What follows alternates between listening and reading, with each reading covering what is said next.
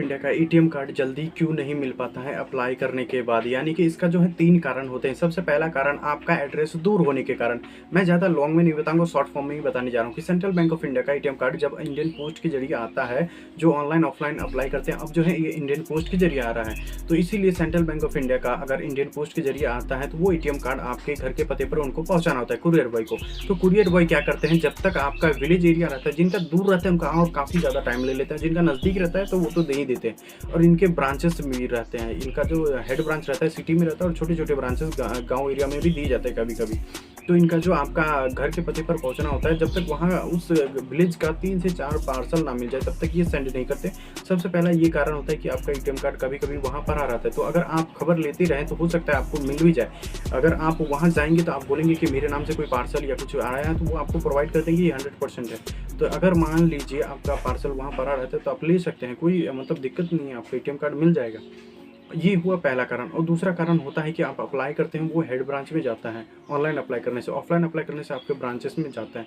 तो इसीलिए कभी भी आप एटीएम कार्ड अप्लाई करें तो ऑफलाइन करिए, ताकि ये आप एक जरिए से समझिए। अगर ऑफलाइन जो कागज़ पहले मतलब कागज़ सबमिट होता है, यानी कि डॉक्यूमेंट्स उसमें फॉर्म सबमिट होता है, उस फॉर्म को पहले देखा जाता है, और ना कि उनको काम छोड़ के वो जो है ऑनलाइन। क्योंकि आप तो ऑनलाइन में आप अप्लाई कर दिए, सबमिट हो गया, आपको तो कुछ खबर ही नहीं मिल रहा है ना। सिर्फ मैसेज आ जाता है कि हाँ, अगर मैसेज कब आता है, जब वो आपका ऑफलाइन फॉर्म उनका ख़त्म हो जाता है। अगर उनका बैंकिंग टाइम नहीं करता है, वो विलेज मतलब घर के टाइम में नहीं करता है, क्योंकि उनका वर्किंग टाइम जो बैंक में काम करते हैं स्टाफ, उनकी टाइम में ही होता है। अगर मान लीजिए उनका ऑफलाइन फॉर्म खत्म हो गया, तब जाके आपका अप्रूव कर देते हैं, जिससे बहुत ही कोई को मैसेज भी नहीं मिलता है, इसी कारण से कि उनका एटीएम कार्ड अप्लाई हुआ ही नहीं है। जब आपका एटीएम कार्ड सक्सेसफुली अप्लाई हो जाता है, तब आपके फ़ोन पे मैसेज भी आता है कि your ATM card has been successfully generated, please PIN generate कर लीजिए, ऐसा कुछ मैसेज आता है सेंट्रल बैंक की तरफ से। तो ये हो गया दूसरा कारण कि आपका एटीएम कार्ड अप्लाई करते हैं तो वो पेंडिंग में रहता है, सबसे पहला कारण, दूसरा कारण।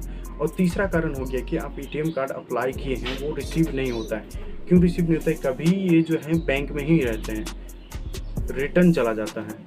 अगर आप इंडियन पोस्ट के जरिए आ रहा है कोई चीज़, वो इंडियन पोस्ट जब तक आपका घर के पते पर नहीं पहुंचाता है और पड़े रहता है, 15 दिन अगर क्रॉस कर जाए, आप 15 से 20 दिन, तो हाईएस्ट 1 मंथ रख लेते हैं वो लोग इंडियन पोस्ट वाले। अगर उससे मतलब ज़्यादा हो जाता है तो वो क्या करते हैं, 2 एड्रेस दिया जाता है। एक तो आपके घर के पते पर पहुंचने का एड्रेस, आपके कुरियर का जो एड्रेस रहता है, होम डिलीवरी एड्रेस, और एक रहता है ब्रांच एड्रेस। तो वो क्या करते हैं, जब देखते हैं कि इनका एड्रेस तो काफ़ी दूर है, हम नहीं जा सकते हैं, या किसी कारण उसको जो भी समस्या हुआ, तो वो क्या करते हैं, रिटर्निंग एड्रेस पे सेंड कर देते हैं। और रिटर्निंग एड्रेस ये मतलब आपके ब्रांच का एड्रेस है ना, हेड ब्रांच का एड्रेस है। कई बार जो अप्लाई करते हैं ऑनलाइन, उनका जो है डिफरेंस ऑनलाइन में कहाँ जाता है ये तो मुझे एक्चुअली मालूम नहीं। ये हेड ब्रांच में जाता मतलब ज़्यादातर उम्मीद रहता है कि आप ऑनलाइन अप्लाई करें तो ये हेड ब्रांच में जाता है, ना कि आपके होम ब्रांच में। जो आपका ब्रांच रहता है उसमें सबमिट नहीं होता है, ये हेड ब्रांच में जाता है। हेड ब्रांच से ट्रांसफर होकर आपके ब्रांच में ही इंडियन पोस्ट के जरिए भेजा जाता है। तो इसीलिए कभी कभी ब्रांच का भी एड्रेस रहता है। कई जगह आप अगर मेरा जो एटीएम कार्ड है उसमें अगर एड्रेस देखो तो उसमें मुंबई का हेड ब्रांच का एड्रेस दिया हुआ है। अगर मान लीजिए किसी कारण वैसे रिटर्न चला जाता तो ये जो मेरा जाता हेड ब्रांच में ही जाता, मेरा ब्रांच में कभी नहीं मिलता। इसीलिए ये हुए तीसरे कारण। ये 3 कारण थे जो एटीएम कार्ड आपको नहीं मिलते। अगर आप इंडियन पोस्ट और ब्रांच में पता करते रहेंगे तो हो सकता है आपको प्रोवाइड कर दिया जाए।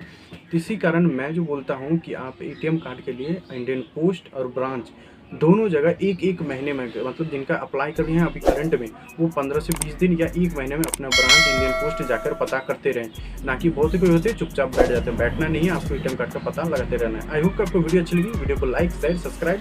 मिलते हैं अगले इन्फॉर्मेशन के साथ। जय हिंद, जय भारत।